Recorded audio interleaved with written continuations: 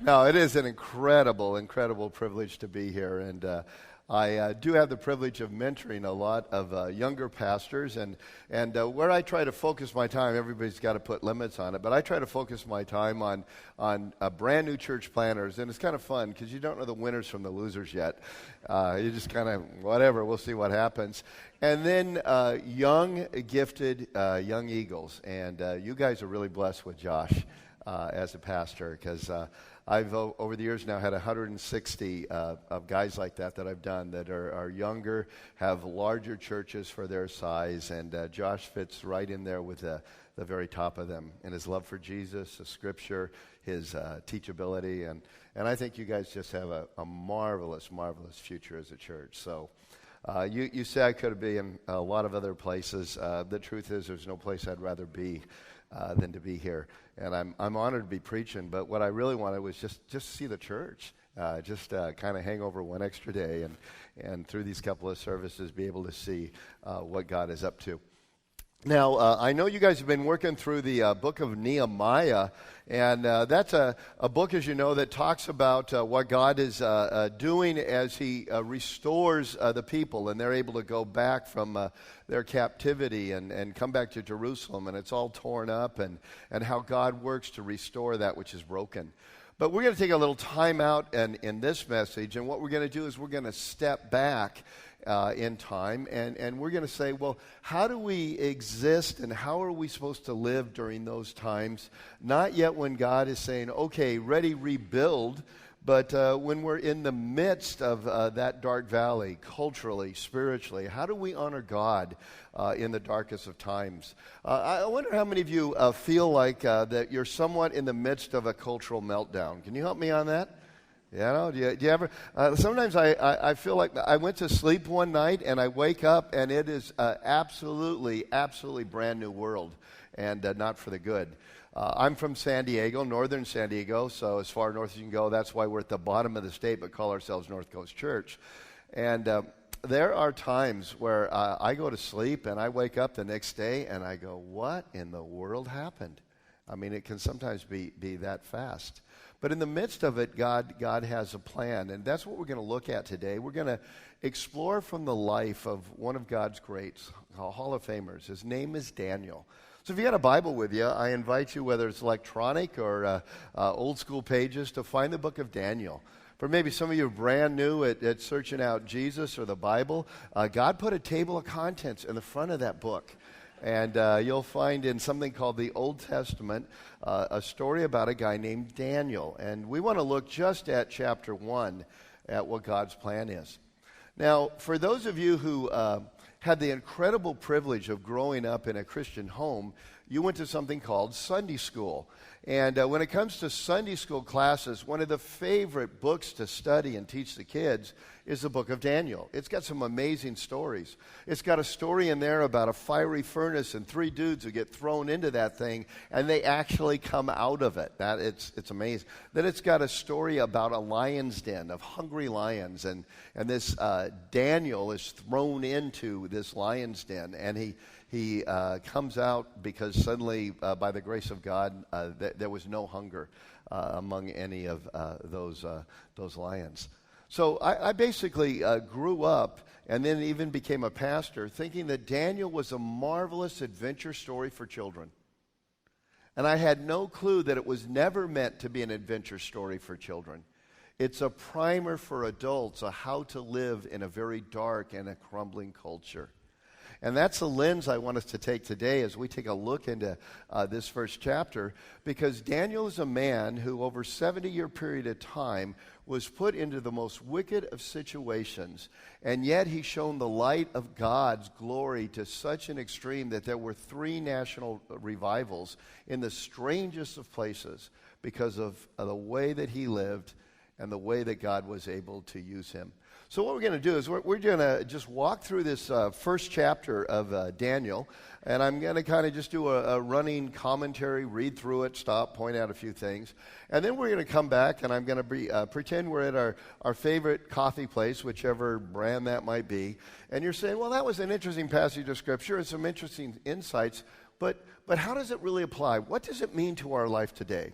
So follow along with me if you got a Bible, and if you don't, look along with somebody else near you. They have to share. They're in church. They don't have an option. In the 3rd year of the reign of Jehoiakim, king of Judah, which is Jerusalem was the city, Nebuchadnezzar, the king of Babylon, came to Jerusalem, and he besieged it. And the Lord gave Jehoiakim, king of Judah, into his hand with some of the vessels of the house of God, and he brought them into the land of Shinar to the house of his God, and he placed the vessels in the treasury of his God. Now, Daniel is not a diary. This is not something he wrote as his life was being lived. What the book of Daniel is a look back at the end of his life where he's saying, let me tell you the significant and important things that happened. So in this first chapter, he's laying down a foundation, and something I had never been taught in the Sunday school classes and never seen before was that he not only lays down a foundation, and everything is looking back, so it now has a different meaning. Have you ever noticed life is a lot clearer in the rearview mirror, especially the work of God, than it is in front windshield? So he's looking back, and the cornerstone of the entire book of Daniel, the thing we must understand to be able to grasp everything that followed, is found there at the beginning of verse 2. And if you treat your Bible as a life textbook, which I hope you do, marking it up, yeah, you can actually write in it. You will not go to hell. You'll be fine. Underline, circle, star this first phrase, the Lord gave. It is the cornerstone of the foundation of everything that follows. And we never would understand Daniel if we did not understand that when he looked back at everything in his life, including the hardest and the darkest, most difficult thing that happened, that God was behind it. He said, it's the Lord who gave Jehoiakim, king of Judah, into his hand, Nebuchadnezzar, this wicked king, and some of the vessels of the house of God. Those are things in the treasury of the temple. And what it says he did is Nebuchadnezzar, this wicked king, took these things from the temple of God, and he carried them all the way back to Babylon, Shinar, and he put them in the temple of his God. Now, I want you to grasp what that is. First of all, the things in the temple of God were not to be messed with. And those who messed with them paid a huge, huge price. And when he took them back to the temple of his God, it was like having a museum, and there's a little section here of all the gods of the countries that he conquered, and it was a way of mocking Jehovah God, our Lord. He mocked him by putting God stuff in the temple of his more powerful God.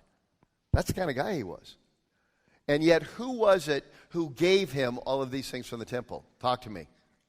It was God, right? Now, how important were those things? Well, you go back in your Bible and you'll find when the children of Israel were given their promised land, they were told to conquer the cities. And the first city that they conquered, God said, listen, every single bit of spoils from this war goes into the treasury of my temple. It belongs to me. It's a principle called first fruits. The first fruit of what God blesses us with always goes to the Lord. And then he says, you enjoy the rest. And so everything from a town called Jericho was to go into the temple.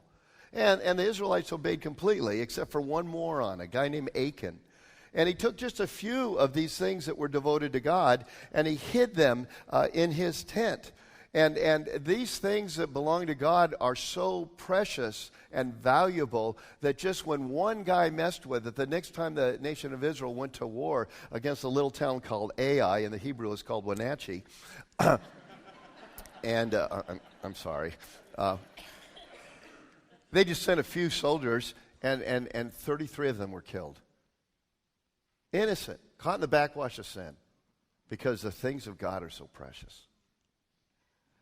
And then there was another time they're moving the Ark of the Covenant, and it begins to fall. And so guys do exactly what all of us would do. If something precious began to fall, they reached out to keep it from falling, and when they touched it, they were struck dead.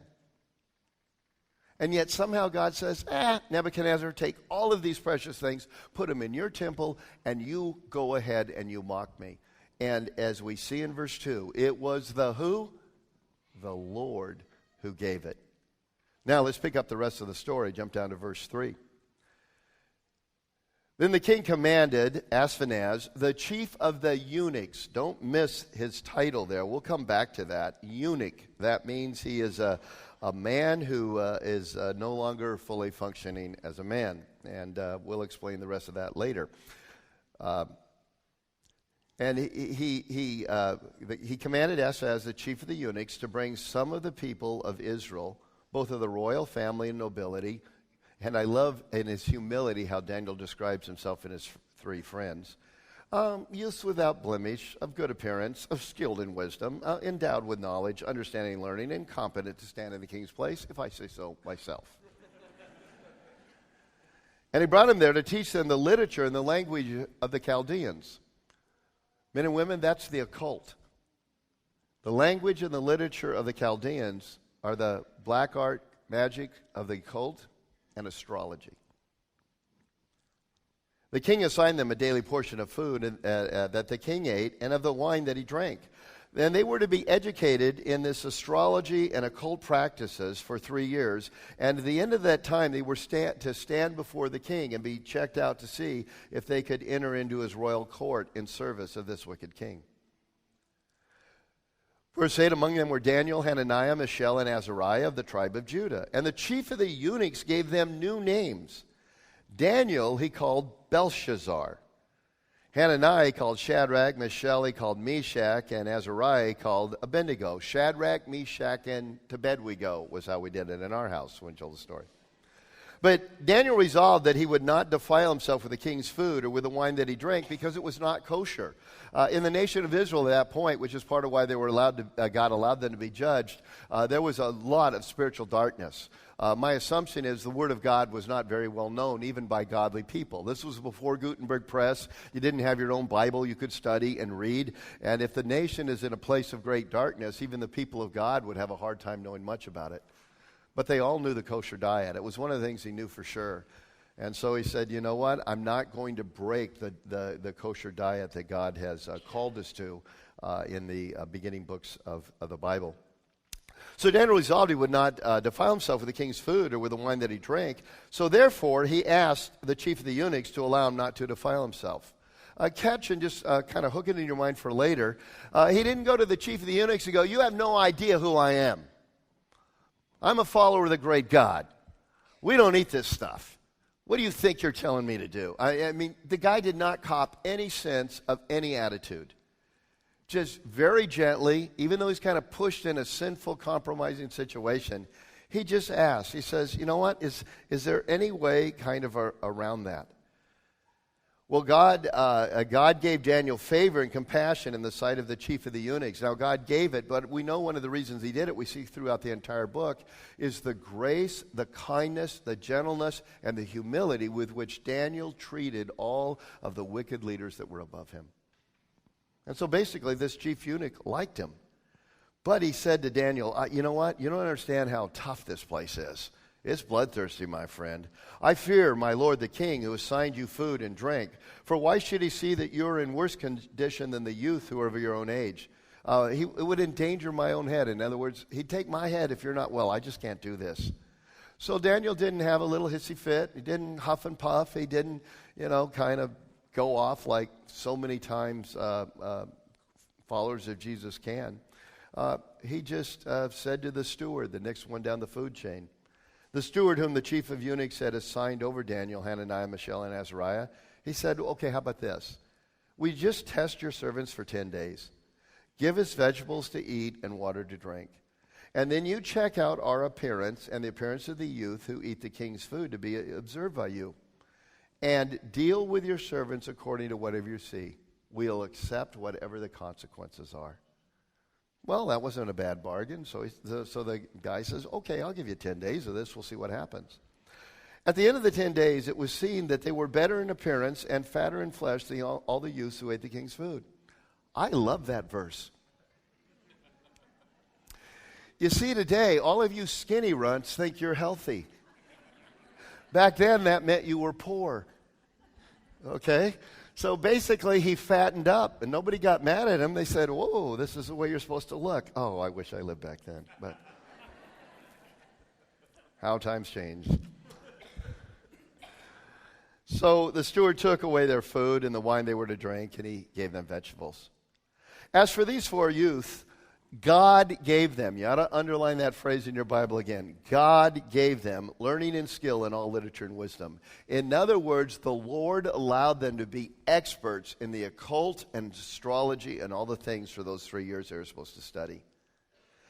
And Daniel had understanding and visions and dreams. And at the end of the time, when the king had commanded they should be brought in, the chief of the eunuchs brought them in before King Nebuchadnezzar. And the king spoke with them, and among all of them, none was found like Daniel, Hananiah, Mishael, and Azariah.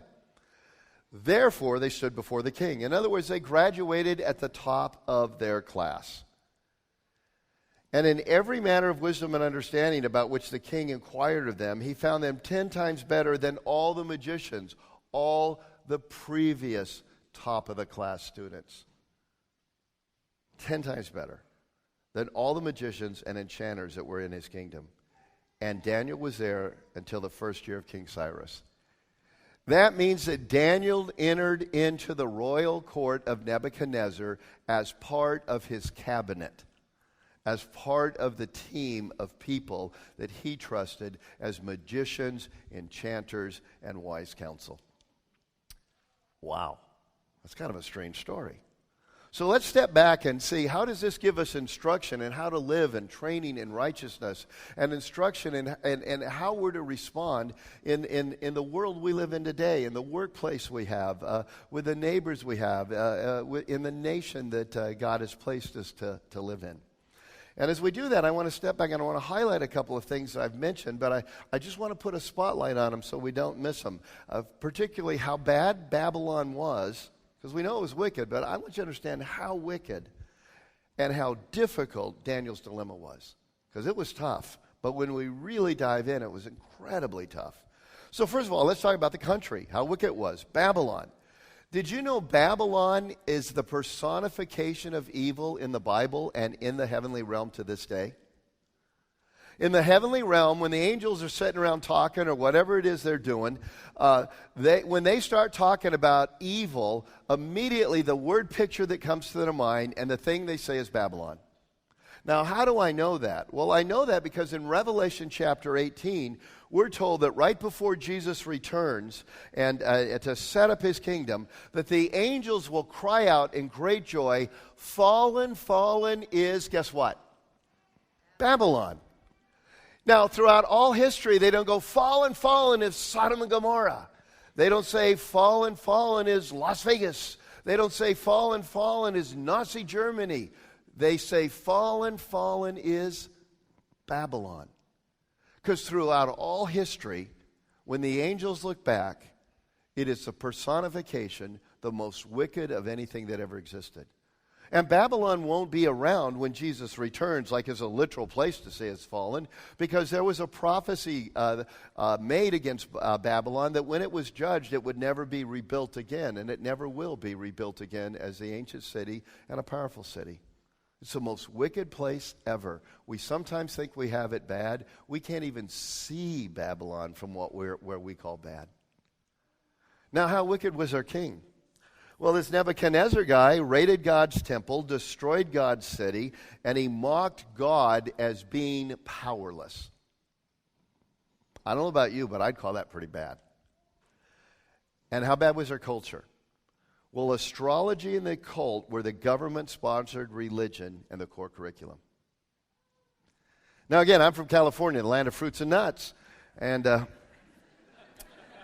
we have a legislature over the years that does things, and sometimes I wonder what they're smoking. I know what they're smoking, but whatever. It's like, really? But at the worst of the worst, in our school systems, in our laws, or whatever, we have never had something where you have to have a master's degree, a 3-year master's degree in astrology and the occult before you can serve in any government position. That's where that culture was. Pretty lame. Pretty bad. Now, how bad was Daniel's dilemma? Well, as a young man, he was kidnapped. And, he's kidnapped and taken to a foreign country, not only with a foreign language, but he'd have no understanding of anything going on. There was no history or geography channel to watch. He couldn't on his way Google Babylon and see what's up and Yelp and find out where the good places to eat were. He was just a young man, a young noble, who was chained and kidnapped, and they only took the brightest and the best because that's who he wanted to train. Nebuchadnezzar wanted to train to serve him. And then he is castrated, and then he has his name changed to honor Satan. When we went from Daniel to Belshazzar, Daniel means God is my judge. Belshazzar means Baals, which is the demon god's prince. Okay? I mean, you're a follower of Jesus and your name is Christian. And we change your name to Judas. We change your name to Satan. That's what happened to him. Actually, Satan's prince or Satan's servant. That's a pretty bad week. Would you agree? It's like, whoa. Now, some of you have been Christians a long time, and you go, I read Daniel, like, Lord, you said he was castrated. What verse is that? Well, did you remember when I pointed out the chief of the eunuchs was over him? And the other eunuchs and all that? Well, let me explain a little history. Because the scriptures don't say it explicitly, but they sure seem to imply it. In a Jewish culture, one of the great important things, blessings of God, was to have sons. Not just children, but to have sons. They were a great blessing. There's also not only a spiritual heritage part of that, but there is an economic reason. Back then, they had no Social Security. Well, we don't have much one either, but whatever. They had no Social Security. So in your old age, you were taken care of by the sons that you had. And the daughters, you sold them off for a dowry, and you had a little money out of that. So your kids were basically your lifeline in your older age.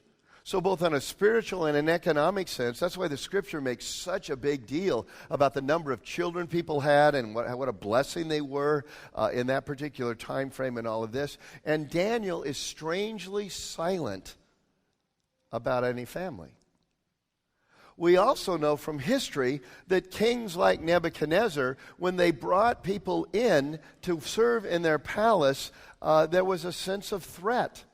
And kings of that era also had something known as a harem. Now, you're an old ugly king with a beautiful harem, and you bring in a bunch of young, as Daniel described himself, good-looking, smart, and funny guys. You got a problem, would you agree? And so the solution to that problem is pretty simple. You castrate them. Then you just say, okay, now you're working for me. And that's what happened to Daniel. Imagine for a minute in that wicked situation and that terribly difficult dilemma, and now being forced to study the occult for 3 years, and then put in the service of this godless king who destroyed your country, kidnapped you, had you castrated. That's a really, really difficult situation. And yet, amazingly, with all of that against him, in those deep of weeds, he found a way to honor God and change the culture. So what did he do? Well, if you take this first chapter, which has parts of it all, and by a homework assignment, maybe ask you to go home and read the rest of Daniel, the rest of this week, with the lens on of how did he respond to his culture and people. There are 3 things that I believe from a human standpoint were really the big secrets of his success. And if you're a person who takes notes, I'll give you all 3 of them on the front end, and then we'll step back and we'll take a deep dive. But he was a man of incredible hope or optimism. He was a man of incredible humility and incredible wisdom. Hope or optimism, humility, and wisdom. Let me first of all talk about, the Bible uses the word hope. We'd use in modern day English, if we're not going to use a stained glass, churchy word, we'd call it optimism. When we say Jesus is our blessed hope, we don't mean it like the English word of, well, I hope he comes back. We mean we're absolutely confident. He's the source of our optimism for the future, no matter what happens. And here's what he knew in his hope. He knew that even in Babylon, God is in control. Even in Babylon, God is in control. God is in control of who's in control. You write in the margin of your Bible, you might write Romans chapter 13, the first couple of verses, where it talks about the wicked Roman leaders of the New Testament era. And Paul writes, and he says, man, they're not good, but they are there by God's ordained call. The second thing under hope to remember is this, that sometimes the short-term success of the wicked is God's will. What sidetracks us sometimes is we go, how can this happen? How can this happen? And we don't forget that God loves us so much that he cares more about our eternity than our present. And when the nation of Israel was going off its own way and disobeying God, the only way to bring them to their knees was to literally bring them to their knees. Among those who work with addiction, it's called hitting bottom. And it's not until people hit bottom that they begin to look up and say, maybe I've not been running my life so clearly. It's a principle throughout the Scripture that God at times will use the wicked to bring the godly to repentance. There was a guy named Habakkuk, and the nation of Israel was really living in one of its seasons of great sin. And as he looked around, he saw that the armies of an evil country were coming against them and seemed to be successful. And he essentially prays to God. He says, why are you letting them beat us? We're messed up, but we're not as messed up as they are. And God's answer was essentially, I will deal with them later, but right now I'm loving and dealing with you. What I find down in San Diego among the people in my church and our congregations, we're a multi-site church, and is that there's a lot of despair over court decisions, over elections, over laws that are made, over defeats that are felt. And they immediately go, almost like we can go when medical tragedies and things like that hit us, they go, where's God? And I always want to tell them, he's the same place he's always been. And the one thing place I know he's not in a conference room with all the other angels trying to say, help me figure this out, something went wrong. Okay? He's not, Gabriel, come here. I was working over here. Never. And here's what that means practically for us in our hearts. Panic and despair are never from God. Panic and despair are never from God. When you're kidnapped, castrated, forced to study the occult and astrology, called to serve a damnable, wicked king, and to make him more successful, there's no room for panic. We can be disappointed. We can be hurt. We can be frustrated. That's what drives us to prayer. We can not like where we are. Jesus in the Garden of Gethsemane 3 times, it was like, hey, is there another way to pull this thing off? But panic and despair are never from God. A few reasons why. There's this last book in our Bible. For those of you who are new of it, it's called Revelation.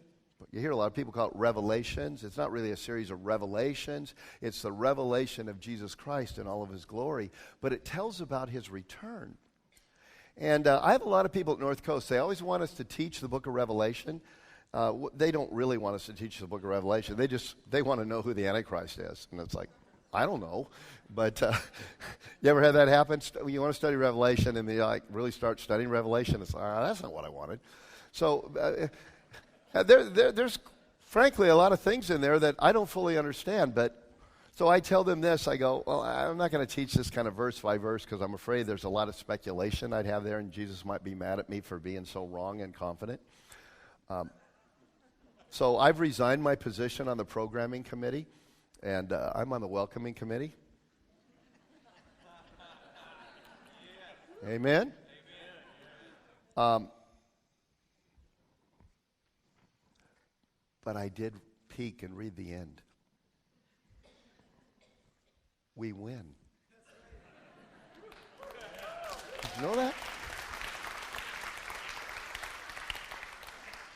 We win. How bizarre. In fact, Jesus actually said the gates of hell would not be able to prevail against his church. Now, growing up, here's what I thought that meant. Whatever Satan would throw at us, we'd be able to survive.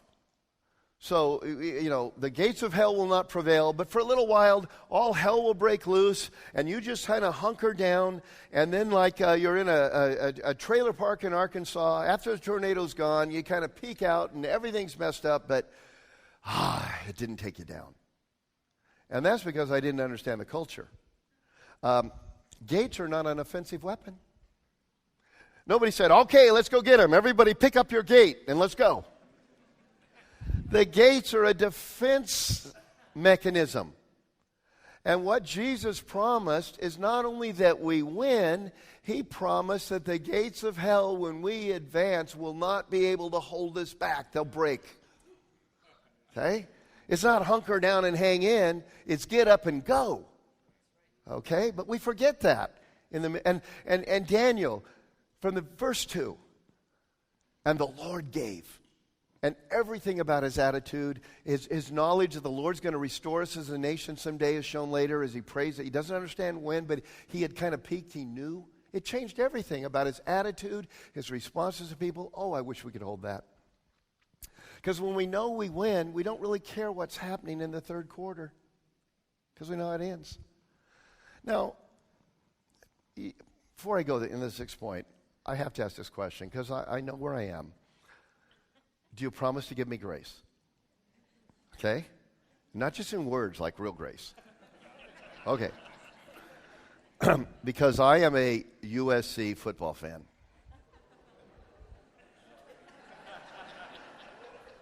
You had your joy. It was a good week, wasn't it? So put that little win in next to all your national champ. No, let's not go there. Just sorry. Devil made me do that one. I don't. But I need to tell you a story. If you're a USC football fan, actually most people think the big game is a UCLA game. But that's not it. The biggest game of the season for a USC football fan is a Notre Dame game. It is two storied traditions from across country with all kinds of Heisman Trophy winners, national championships. There's not ever very much trash talk between the teams or even the fans. There's this incredible respect. It's the greatest cross-country, sectional rivalry, and that's the game you want to win. Well, one year, USC was on its way to what appeared to be a second or third national championship in a row. They had a great team. And they're playing rather pedestrian Notre Dame team that year. And they're playing in Notre Dame. And I don't remember the reasons, but I was watching the game at home alone. And if you know anything about sports, what happens is if you're the better team and you don't take down the lesser team when you have the opportunity, lo and behold, they're always going to rise back up and something's going to happen. You have to strike when you get the chance. And SC just kept blowing opportunity after opportunity, and they were ahead, but not as far ahead as they should be. And I'm getting a little worried about it because that's what happens when you let them off the hook. And sure enough, with about 2 minutes to play, Notre Dame marches all the way down the field and scores a touchdown. And they take the lead. Like, I'm about to lose my sanctification. I was like, oh, where's God in heaven with this? An incredibly great season is down the drain, but I still have hope because one thing about SC over many years is they had a lot of last-second victories. I haven't had many recently, but that is what I grew up with, and so I still have my hope. So the kickoff happens. Okay, he's going to run it back. It's out of the end zone. Goes to the 20-yard line. First down, short little gain. Second down, not much. It's now third down, and the quarterback fades back, and he's looking for somebody to get open. Nobody's open. A Notre Dame lineman breaks through. He throws him for a 13-yard loss. Now it's fourth and like 5,000 yards. The clock is starting to go, getting close to zero. The crowd goes nuts. The announcers are saying the game is over. The stupid leprechaun is jumping all over the...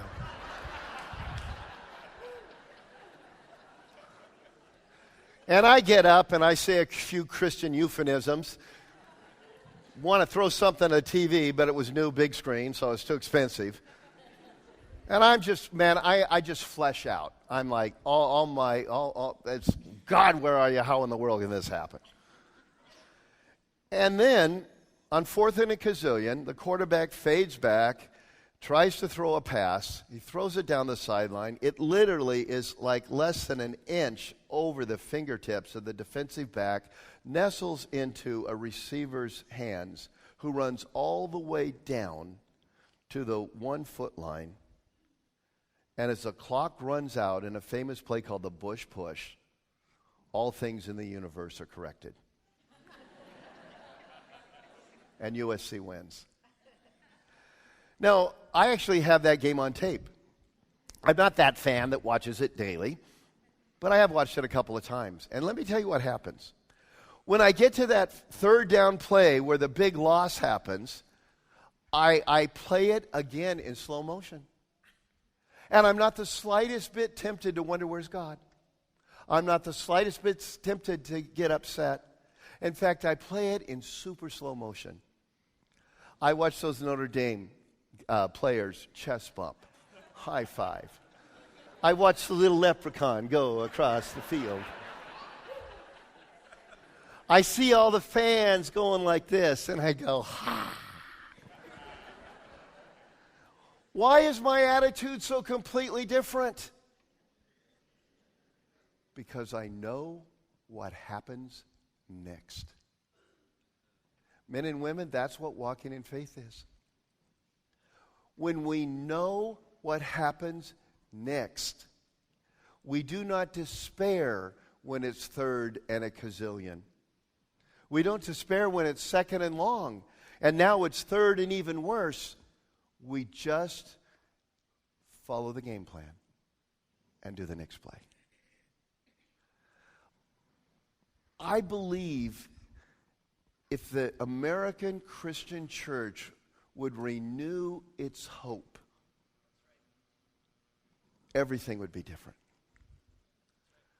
I can't believe, whether it's books I read, radio things I listen to, growth groups, our small groups we have at our church, I can't believe how much despair there is whenever something goes wrong. And they look at me like I'm loony when I say, it's okay. Because we're gonna win.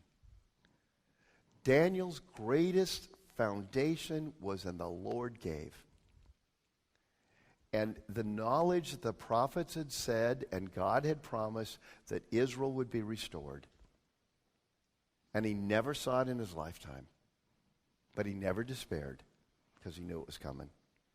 Now, real quickly, there's a couple of other things, because the biggest foundation is hope. I spend almost all my time on it. But out of that hope, a couple of other things flowed that are so important, and I think intuitively can be missing if we're not careful. And the second thing is his humility. Everyone deserves respect, even God's enemies. Everyone deserves respect, even God's enemies.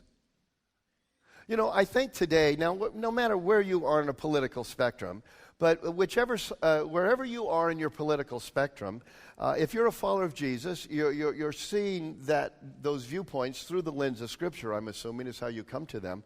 But today, most of us would, wherever it is we land on that issue, if we found somebody who claimed to be a Christian and they were like serving to make more successful the other side of whatever issue it is, we'd question whether they're really a follower of God. But I want you to know that's what Daniel did. Daniel not only served Nebuchadnezzar, he served Nebuchadnezzar so well he kept getting promoted. Just like a guy named Joseph in the Old Testament kept serving godless people so well he got promoted. And as he got promoted, he found himself in a position of incredible influence that he never would have had if he decided, I don't like what they're teaching here, so I'm going to sit in the back row, I'm going to mock it, I'm going to read my Bible. No, he sat in the front row, took copious notes, graduated number 1 in his class. And it's because of that humility that he had the authority to say later on, when all of the magicians couldn't find an answer, he said, let me tell you why they can't find an answer, because there is a real God, and he is the one who gave me the answer to this question. See, we lose our ability to influence our culture when we get angry at our culture and angry at the leading lights of the culture who are taking it in the wrong direction. Daniel and Joseph each changed countries, godless countries, because they served the wicked so well they got promoted. And they earned the right to have influence and to be heard. just write down somewhere and look at it later this week, because I'm just going to read it, unless you're really fast at turning to a passage. But 2 Timothy chapter 2, verses 24 to 26, 2 Timothy 2, 24 to 26, is a command of how we are to treat those who are doing the will of Satan. Okay? And here's what it says. The Lord's servant, now remember, this is about dealing with those who are carrying out the enemy's agenda. They're at the front of his parade. And the Lord's servant must not be quarrelsome, but kind to everyone. Now, I've tried to study the Greek, but I still haven't been able to figure out how to make everyone not everyone. Able to teach or share what we believe, patiently enduring evil. Correcting his opponents with gentleness. Why? So that God may perhaps grant them repentance leading to a knowledge of the truth, and they may come to their senses and escape from the snare or trap of the devil after being captured by him to do his will. All throughout the book of Daniel, if you read the rest of it this week, you've got a man who's, after he's unfairly thrown in a lion's den, and the king comes and says, "Are you okay?" He does this. "Yeah, I am, you idiot." It's incredibly gracious to a guy who tried to kill him. When he finally has, when God finally gets Nebuchadnezzar for his pride and his arrogance, Daniel is the one who delivers the message. After Nebuchadnezzar has this weird dream, and Daniel interprets it, it's a dream of judgment. And if it was me, here's what I think I'd say. Nebuchadnezzar, king, I've got a message for you, and I've been praying for this a long time. It's finally here. Here's what Daniel says. "O king, I wish it was anybody but you. O king, I wish it was anybody but you." See, humility isn't something we feel. Humility is something we do. Love is something we do. And when I am truly humble, I am incredibly respectful. And I think, like hope, and probably because we've lost hope, we have the hardest time with that. And the last thing is, out of that, he picked his battles. When God's law was absolutely clear, he said, "I'm not going to do that kosher diet." Very graciously, very humbly, he asked for ways out. When he didn't get a way out, he was willing to accept whatever consequences came with it. But what I'm more blown away with is what he didn't battle with.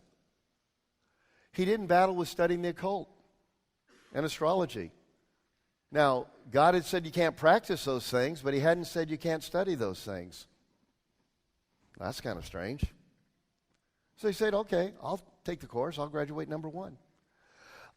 When his name was changed to honor a demon god, he didn't say, "I can't do that." He said, "Call me anything you want as long as it's not late to dinner." And on and on and on, a pagan name, serving a godless king, a pagan education. He was so careful to understand the difference between what he didn't like and what God forbid. And there's a difference. I want to get real practical with you. Things I've tried to teach our people. And by the grace of God, we've been able to impact our community in some really amazing ways and reach lots and lots of people who, before they were reached, hated God. And I try to teach our people. Here's just a real practical example. I say, some of you are working in a cubicle situation or whatever, and you'll have somebody next to you who is taking our precious Lord's name in vain, who is treating our Savior as a swear word. And I guarantee you that offends you. But nowhere in Scripture does it say that pagans are supposed to be made to live like Christians. I go, buy earplugs, buy a good Bose system, but figure out the difference between what God forbids and never do what he forbids you to do, and that which you disdain, find uncomfortable or dishonoring. Because when we start to lecture our non-Christian friends to live like Christians before we're Christians, they just become defensive. We have to love them. We have to serve them. As a church, you're doing great things, in that direction. And that opens the doors. And when we do that, who would have ever guessed that Daniel could influence a kingdom like that? I'm sure he had no idea as a young man taken to a foreign country, a different language, and all the things that are going to happen to him, that not only would he rise, he never would have guessed he'd rise to those levels. I'm sure he never would have guessed that there'd be a book of God's holy, precious word written about his life. But he just played his part. Because in the darkest of places, a little bit of light makes a big difference. I want to tie this all together with some hope for you, with a story from an experience I had when my kids were young. We went on a vacation to a place called Carlsbad Caverns. I wonder how many of you here have been to Carlsbad Caverns? Okay. There's this, massive cave. Now, what you need to understand about this story is my wife is a claustrophobic. Not crazy claustrophobic, but you can see crazy claustrophobic from where she is. So we go to Europe or whatever, she'll take the stairs, never the little elevator or whatever. So when we went to Carlsbad Caverns, we just figured she would stay in the up above the ground in the bookstore and visitor center there or whatever. But for some reason, when this big old elevator opened up, she looked at me and she said, I think I'll go with you guys. She must have had a sense of safety. So we go down. And we get down in this cavern. If you've been there, it's just massive that you open up, the elevator doors open up to. And she looks around, and she's just so comfortable. And then there's a tour we're going to go on, and she says, I'm going to go on the tour. I'm like, this is amazing. Thank you, Jesus. A family memory. We're all going to do this thing together. This is going to be so cool. So we're waiting in line to get our tickets, and as I'm in line this way, a group of people are coming out from the tour, and this one guy goes, man, that was so cool when they turned the lights out. And I'm like, oh, no. I have this moral dilemma. Do I have the family experience, or do I tell her the truth? And as I'm like battling with my sin nature, she overheard it. So she looks at me and says, they turned the lights out? And I said, hon, it's just for like 2 or 3 seconds. Trust me, I'm a pastor. So we go. Everything is great. You've been on the tour till the very end. You sit on these logs, and the guy says, I want to show you how dark it is. The sense you can't see your hand in front of your face or anything. So he unplugs it. 1001, 1002. 1007, and then a bat bit me. For real. It's like, ah! And I felt this wet stuff. What is that? And then the bat spoke. It said, I will never trust you again. And I'm thinking, oh my gosh. The career path for a divorced pastor is not real great. So I'm losing my marriage, my ministry, my career, all of these things. I'm thinking through every counselor I know. What can we do to save this thing? And then it dawns on me. My son had just got one of those new Timex Indiglo watches. The ones where you push the button and it lights up at night? Well, the early ones were so lame. I mean, literally, they were so lame that when Nathan would push the button for it to light up at night, he had to get a flashlight to see what it said. Okay? But I remember he had it. So I go, Nathan, push the button on your watch. And he pushes it. And you suddenly saw some ground and shoes. The bat let go. Somebody over here said, turn that light out. And I said, Nathan, I'll kill you if you do. And my marriage was saved. But here's a lesson I learned. No matter how dark it gets, in fact, the darker it gets, the more power there is in the tiniest of lights. Think of yourself as a watch and push the buttons of hope, humility, and wisdom. And you can see your way out of the darkest of caves. God makes no mistakes. He's placed every one of us here at this time, in this place, in this community, absolutely on purpose. To be light and to show the way. you can make a difference. But you got to push the right buttons. You can't push the button of despair. You can't push the button of being a pit bull or Rottweiler for Jesus. Poor baby Jesus needs our protection, and we're barking and biting at everybody out there. No, he's a lion. He's a king. He's okay. Hope, humility, and the wisdom to pick the battles he picks, not the battles everyone else wants to pick. And God will use you.